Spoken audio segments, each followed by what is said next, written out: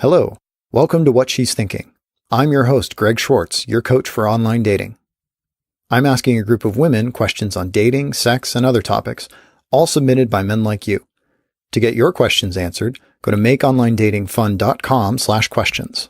So here's the interview. Hi, I'm Marissa. Hi, I'm Miss X. She's keeping it anonymous, and that's totally fine. So, how do women evolve? How have you evolved in your dating preferences from your 20s to your 30s? Healthier people for me, for sure. I was attracted to really unhealthy things and people, and that's a polar opposite from where I'm at now. Yeah. Yeah, for sure. Wow, 20s to 30s is a long journey of dating. I think, it's hard to say the other person. I'm going to say for myself. Just for you, yeah. For me, I get less angry at them. So for me, it's more of I've stopped looking for my dad as much, and I recognize a lot of the patterns in relationship, and so I date better people now than in my 20s. And I think my preferences has just changed. I think that's the huge thing. I used to just always try to find men that were taller than 5'10", and and then as long as they're kind of attractive, right? That was just my standard. And now it's okay, they don't have to be 5'10", and just other things matter to me, intellect and their heart. So, nice. Just many. I agree with the dad comment because I think that's true to a degree. I dated someone for 5 years that was really unhealthy and abusive, and hopefully he's not listening to this because obviously 5 years is a long time. He would know who I am. Sort of it was a father-like figure for me because he was so much older than I was, and much older, and it was, but not a healthy, positive thing. But all negative things, I learned positive lessons out of it. So that's the trick to... It's how you think, how you look at things, I think. It changes when you're in your 20s to your 30s. I think your ability to be more positive and to control how you think and how you react is probably more honed. I don't know. You would hope, but... Yeah. How important is it that your partner be emotionally present during sex? If so, what does emotional presence look like for you? Oh my God. I would like to answer this one for right now. I've been experiencing that a lot in terms of, for the past, I think 2 years for me, I've been practicing more presence or awareness or just, just different practices in meditation. It just makes you more present, right? But I think in sex, it's hard. We always check out because there's so many emotions, especially with someone new. Yeah. And so it's easy to just check out, but I come back. But then I feel a lot more because I meditate, and then I know when someone's checked out and then they're not there. Mm-hmm. So then when both people are not, or when he's not there, it just feels like we're just robots. And then it just doesn't feel good. And then it's just getting the job done kind of thing. So I think it's... Wham bam. Right? Wham bam, and then, okay, goodbye. So... Yeah. I think it really depends. You can still have that. That's fun. But it depends what my mood is if I want something more connected. Emotional presence, for me, means obviously there's times when even though I've been with someone for over a year, it's can I be graphic? Or feel free. I just want to get fucked. And it's not necessarily oh, it's so sweet, I love you. That's nice. That's all really good. And if you have that, it builds the foundation, I think. But I don't necessarily always need, I love you, baby. It's actually I prefer sometimes just you just pin me down on the floor of the kitchen and be hey. Yes. That's good too. But it's important that you've established the emotional connection before, in some way. It's no fun to, never have that and then just have sex with someone because it doesn't really build, a relationship. So I think it's important to me, but it can take different faces. I think that there's times when I'd rather actually have emotional connection outside of sex. Yeah. For me personally, because sex can be just really pleasure, and that's what's more fun about it to me. So yeah, that's for both of you, what does being emotionally present look like? And I think part of the reason that the person was asking, again, these are anonymous questions, so I don't know who asked it, but my guess is part of the reason is this guy probably got told by girlfriends, you're not present when we're having sex. So he's probably wondering, like, what do I do to be present? I think being present would mean like being transparent with your emotions. So whatever that might be in the moment, like however you genuinely feel about someone, like is just being open to like that experience. It could mean like, I think you're really hot. It could mean like, I think you're amazingly good looking, but I think you're annoying as hell. Whatever it is, I just an honesty, like an honest, you can kind of tell when someone's like open, not like sappy, touchy-feely, just like you can tell when someone's open and they're being naked and transparent with their like hearts and their emotional selves. I mean, they don't have to be emotional in the moment, but just to be open to whatever is going to happen, not to judge it, just to be open. Yeah. To me, like I definitely agree on being open. Just like last week, I dated this guy, right? And we were working on an art project together. Like he's teaching me about art, and then he said to me, "Oh, if you're smart enough, then you'll know how to paint within these lines." And then I was like, "What?" And usually I let that slide, but okay. Also, he's from another country. Like he's been here for 3 years, so his English is not that great. But then I would let it slide, or I'd give him an excuse in my mind. But there was like it felt, like anger was like in my heart for a little bit, and I was like, no, let it be. But then in my practice in life right now is I really want to tell the truth in real time. And so I told him like that was kind of an insult that if I was smart enough to paint inside these lines, and like I now don't want to paint, and then he was like, "Oh, I'm sorry, I didn't mean it that way. I meant like you just know the different." And then we had a whole conversation, and it felt better.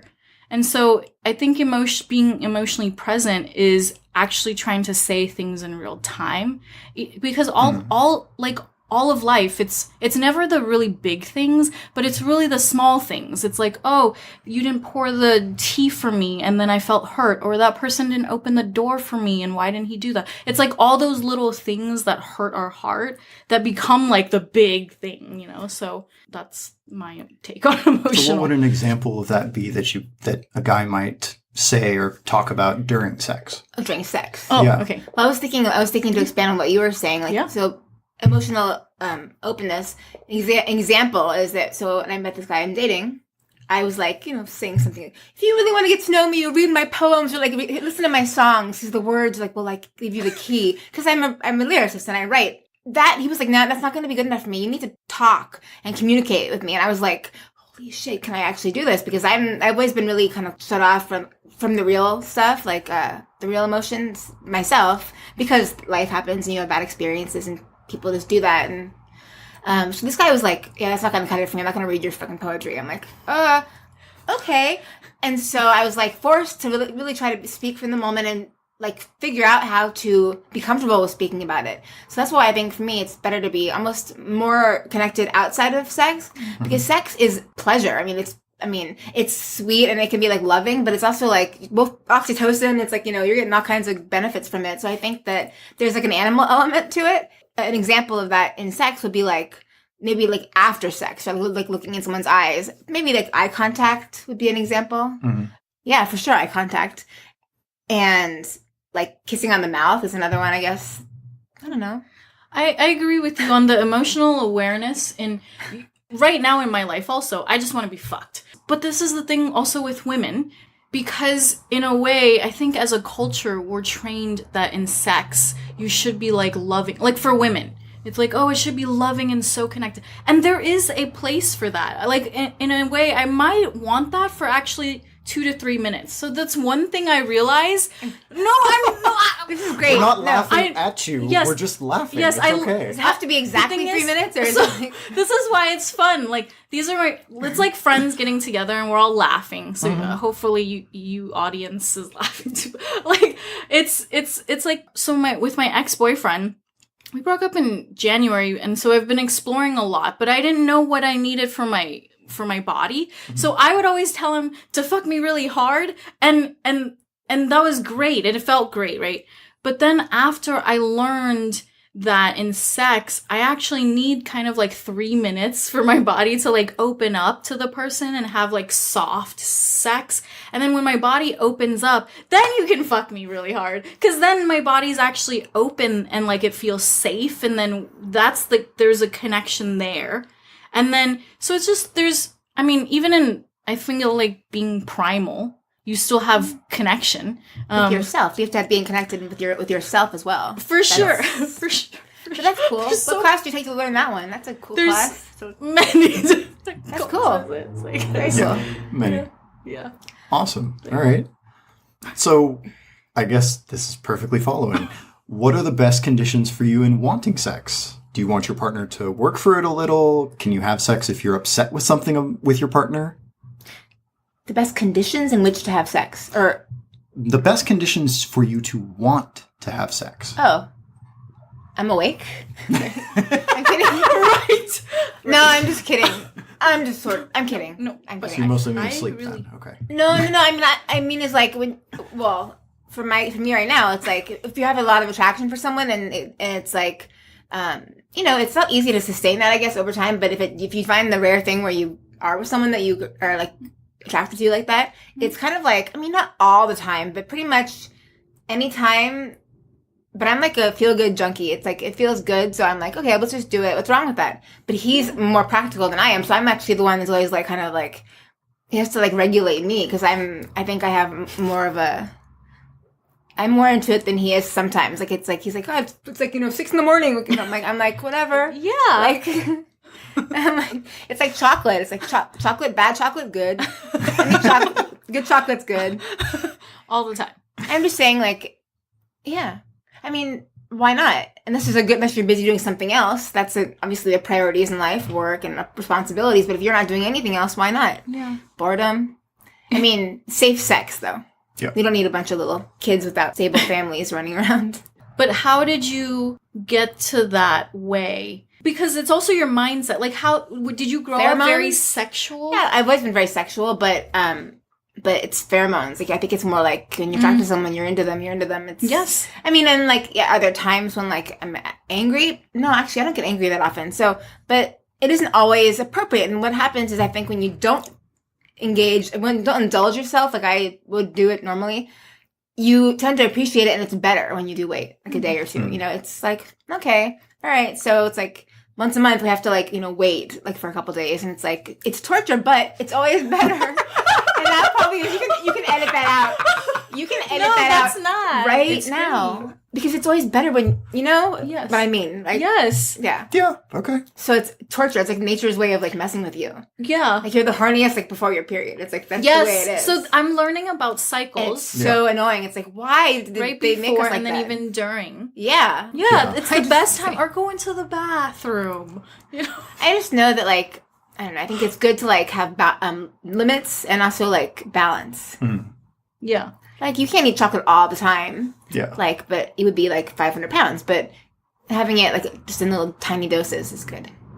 Yeah. I don't What know. about for you? Any conditions that like Conditions. Okay. So, to also follow her points on, because I like to understand people, like, how did you get that way? Meaning, it's so awesome. No, it's awesome because I'm born learning. like that. So I'm learning about my sexuality, meaning I'm opening up my sex a lot in terms of different experiments or different, like, learning to not have as much shame around wanting to have more sex. Because I grew up very conservative and very, like, sex was never talked about at the table. So because of that, talking about it is even uncomfortable in all my old relationships until like I've been exploring the past 2 years, and now it's like I'm waking up something inside of me, and I'm like realizing sex is like, you're just constantly thinking about it. You can see a chocolate and like and you're like, sex. That's an American thing, though. That's a very typically American thing. Go to Europe. I grew up with a family that was always in Europe. My dad was in Paris half the year. So in European culture, you have nipples on TV, boobs. Like, nudity is not something, it's not weird. It's not hidden. Men have mistresses, and the wives have to, Italian men, they have these mistresses. It's how they it's a part of their culture. It's not so taboo. So because I was kind of brought up with that not being it's a non-issue. Cool. My parents weren't overly sexual with me or around me, but it was like I was in environments where I was seeing naked people, and it became not such a big elephant in the room. It was like, oh my god, naked people. It was like, or sex. It was like much more part of like a normal life. Yeah. Some parts of Europe, not all parts, but it just seems like if you were brought up that way, it seems like you're more relaxed about it and more open to your sexuality and without shame, because I think most people are very, very shameful about sex for religious reasons or cultural, Americans, we're just like, censor everything. Yeah. The kids can't see a nipple, wouldn't want that happening. Yeah. Or a man's butt cheek, on TV.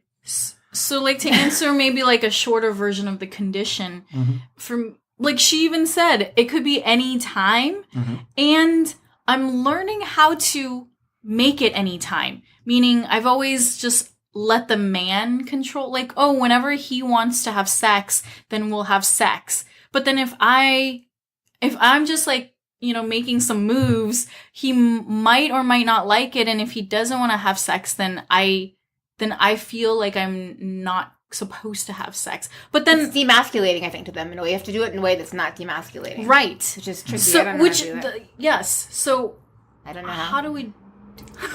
That's not a question, but I don't know if you have reversing this on you. I think that would be the topic of another podcast. Okay. Yeah. Okay. It's That's a good one, though. One of the, I think for me is just, you have to kind of play. For me, like, I'm doing subtle cues of my sexuality, and then they'll actually read it. So then I'm like, oh, yay. Subtle could be good, I guess. Yes, more subtle. Interesting. Okay. Well, so actually then I'm curious to follow on with that. How does it feel as a woman when you want sex more than your partner does, and you can't use that asymmetry to exercise power over him? So I think what the questioner is saying is basically he's had the experience that his girlfriend, or plural girlfriends, have withheld sex as a way of having power over him. And so then he's wondering, have you ever wanted to have sex more than the guy you're with did?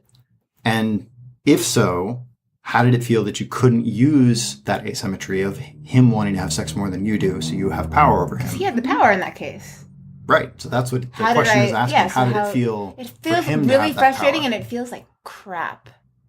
It feels horrible. It feels very horrible. It feels like something's not right in the world, because it just feels like it feels imbalanced. Because culturally, we're used to, like, I'm used to, like, men behaving a certain way around sex, and it's like, oh, good, 5 times a day, yay, good. People are not used to, like, men, like, saying, hey, enough already, like, But in life, real life, like, you know what I'm saying? Like, so when it reverses, it's not, I'm not used to it. So it's like, it's frustrating, is what I'd say. Therefore, I'm sure men must feel really frustrated, because a lot of women use that as a way to, get a lot of things. But frustrating would be the word I would say. This was basically my whole last relationship. I always wanted more sex than him.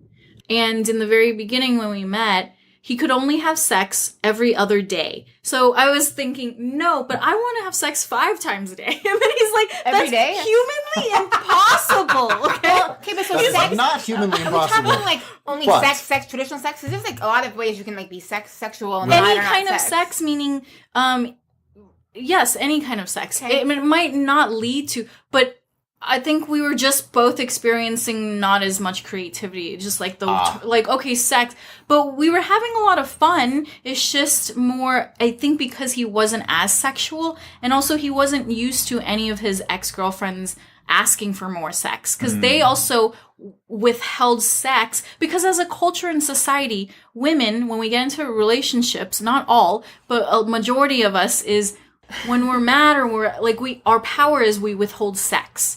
How did it feel when you wanted sex more than he did? Angry is the word. It was more of, infuriating. I think I had a lot of resentment, right? So there were times where I had a lot of pride, right? So I'm like, what? I'm sexy. Why wouldn't he want to have sex? Forget that. Like, I'm just going to go out and do something else. I don't know, right? And, but then other times, I would feel sad, right? Because then it's almost like a form of rejection, right? Because then you're touching the person and you want to, but then my responsibility is how do I, as a woman, actually turn myself on so he actually wants... That was really hard for me. Because I always thought, okay, now have sex with me. And, like, nobody wants to just have sex with you just like that. But, like, how do I feel really good and feel turned... I don't know how to explain it in that way. It's like a barometer for, like, how we feel about ourselves in a way. Yeah. So it's like the turn on that a woman can bring, and then he feels really turned on too, and then we can both grow. And, you know, of course, both sides is like, if he really wanted to work on that, and if I wanted to work on that. So, like, that was a really good first time in a relationship where I'm just expressing all my needs for sex. Which did you feel like you weren't getting your needs met? Because you kind of like had to like shelf the needs for 5 times a day. You couldn't really get what you wanted all the time. So did you feel like, God, you weren't getting your needs met, and like at times wonder like, okay, like, can I deal with this? Or like there were times, but in a way, okay, so it's like, you know what we said about, it's like, oh, we want to have really rough sex all the time, but in a way we don't. Nothing is sustainable that way, right? So it's more of sometimes I say I want to have sex 5 times every single day, but that's not true. Maybe, and I've learned looking back at my relationship, I actually wanted some intimacy. So I didn't know how to ask for, hey, can you cuddle me for 30 minutes? Now I know how to ask for that, because I thought that was needy, but it's not needy. It's like, oh my gosh, you know, or like, can you actually just rub my feet, which that's to me is a lot to ask for as a woman. Like, I just, that's a lot.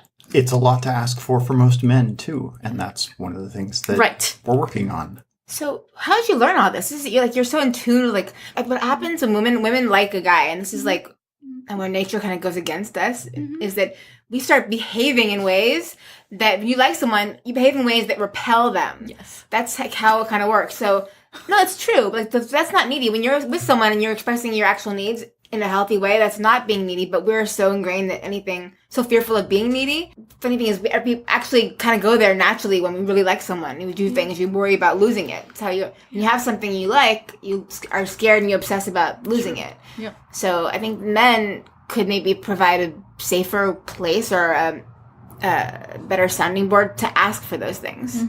So we don't go into that needy, crazy psycho woman thing. Yeah. It's true. Hormones and emotions can be a lot for us to handle. Yeah. You know?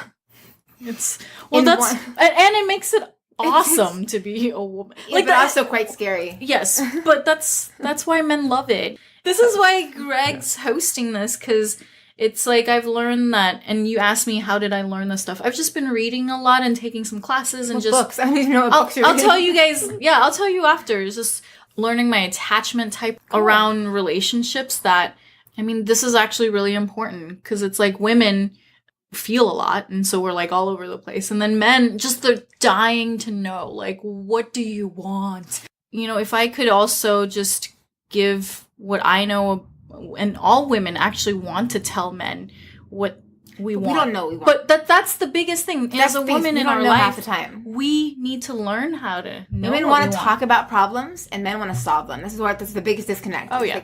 It's true. So for all the men out there that are listening to this, I actually have a lot of guy friends, and I wish I had a male brain, because it's so much more simple. Like, women will talk about things, and we just want to be heard.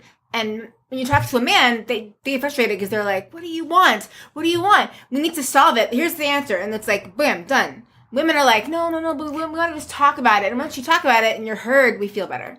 But it's like, that's a big disconnect, because men don't know how to say or how to respond. So that's where girlfriends come in play. Please. Thank God you have girlfriends, because you can't turn your boyfriend or your partner into your girlfriend, because then you don't see him anymore. Yes, it's a very good secret that women... But women don't know what they want. So men want to know. We don't know. We'll tell you when we know, and then it'll change in 5 minutes. Yes. And it also That's sounds a fact about life. Frustration happens. It also sounds like something that you both have expressed is it would be nice if men could make it easier for you to ask for what you want. Is that right? Yeah, but it's not on them necessarily. I think it's on us to a degree, too. I'd say both. I think both. I'm not saying I think both, either for one. sure. I think both. Yeah, it's both. It's a topic that I think neither sex really has a good handle or grasp on. I think it's something that we could evolve to Yes. that level a bit more. And one of the pieces of my coaching is helping guys be clearer about here's what I want and say it. So, yeah. And yeah, just holding, even like you said, holding, I guess I call it holding space or just asking, right? It's like the onset of, you feel a woman's frustration all of a sudden, and you're like, wait, 5 minutes ago she was fine, right? But then as a man, the most beautiful thing is if you just say, hey, I feel like something just happened, what's going on? And then For the man to say that? yeah. Or like, That doesn't happen hey, often. right. Or that's what I'm finding, like, just as I'm dating, there's just men out there that are very receptive, and they, they might be the secure attachment type, but like, it's just more of, they feel, Those exist? it's a whole world. They right? do. They do. Yeah. I'm kidding. And then- I'm being yeah. facetious. I know. So yeah, they can just state things, and I think that's one thing I'm learning. Like when I feel safe, then I can open up. But if You anxious attachment? I am. Me too. I can tell.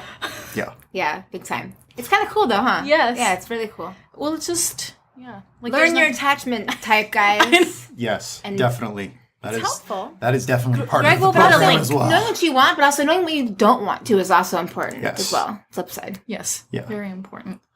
So, how does what happens during the day or whatever time before sex affect your desire for sex or your experience of sex for that matter?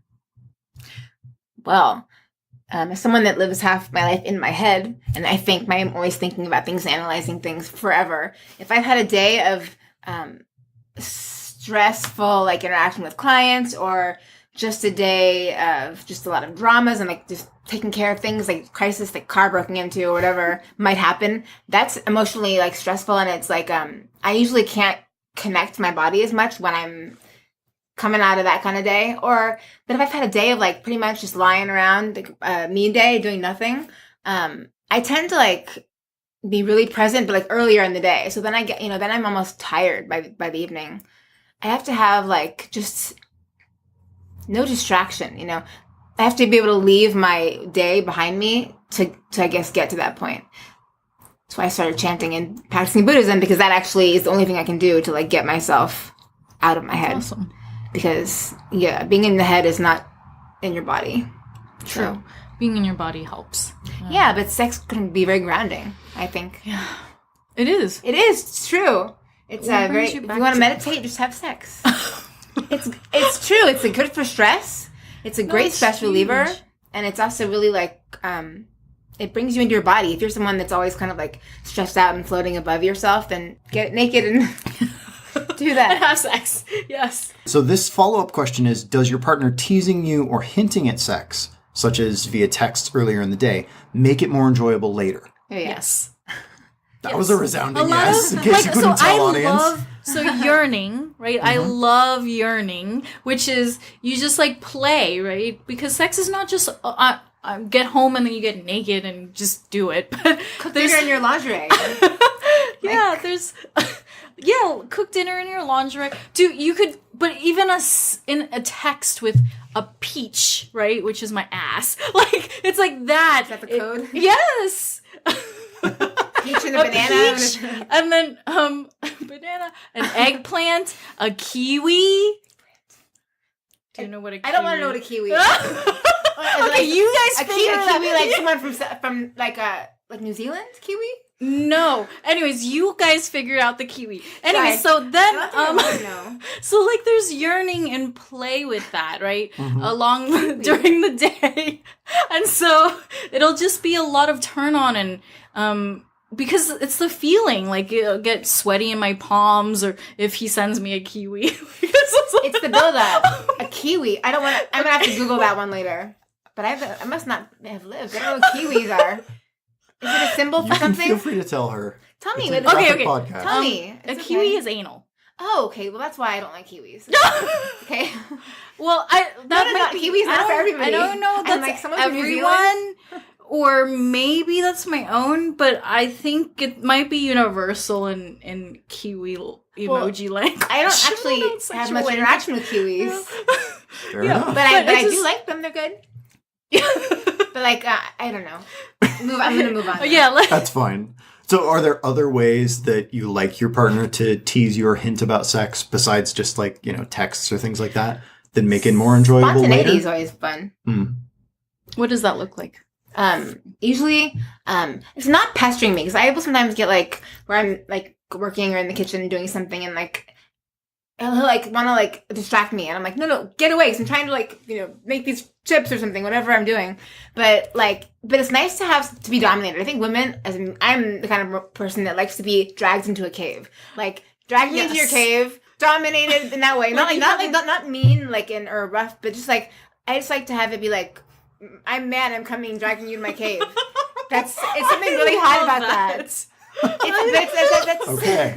It's the animal in us. It's like, don't hurt me when you drag me, but it's like, it's like spontaneity where you don't see it coming and all of a sudden, oh, I have no choice but to, enjoy this. Yeah. It's good.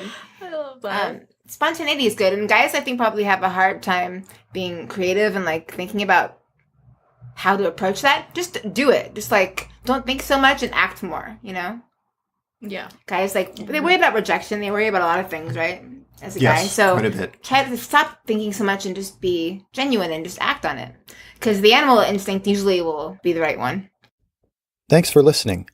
To help other men find the podcast, please rate it on iTunes and write a review. Also, I'd love to hear your feedback. Which question did you find most helpful? Email me, greg@makeonlinedatingfun.com. And remember, to get your questions answered, go to makeonlinedatingfun.com/questions. It's okay. Don't worry about it too much. Just, try not to pet the microphone.